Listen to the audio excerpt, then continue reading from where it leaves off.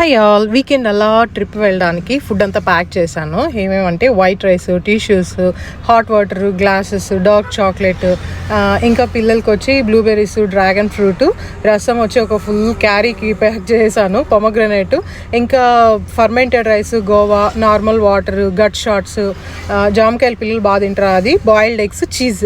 ఈ ప్యాకింగ్ అంతా చూస్తేనే తెలిసిపోతుంది ట్రిప్ వెళ్తున్నామని.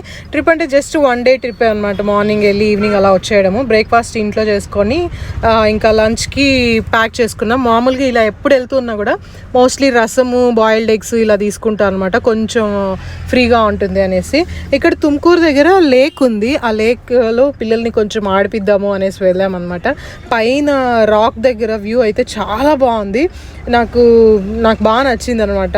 చాలా క్లీన్గా కూడా ఉంది, అంత ఎక్కువ మంది కూడా లేరనమాట, రష్. ఎప్పుడన్నా వీకెండ్ అలా వెళ్ళాలి అనుకుంటే అలా వెళ్ళొచ్చు అనమాట. ఇంకా కొద్దిసేపు పిల్లల్ని ఇక్కడ ఫొటోస్ తీసుకొని వీడియోస్ తీసుకున్నాక కింద వచ్చేసి లేక్ ఉంది. ఈసారి ఏంటంటే లేక్ దగ్గర మేము ఆడుకునేటప్పుడు కొంచెం వర్షం వచ్చింది, పిల్లలకు కూడా బాగా నచ్చింది అనమాట.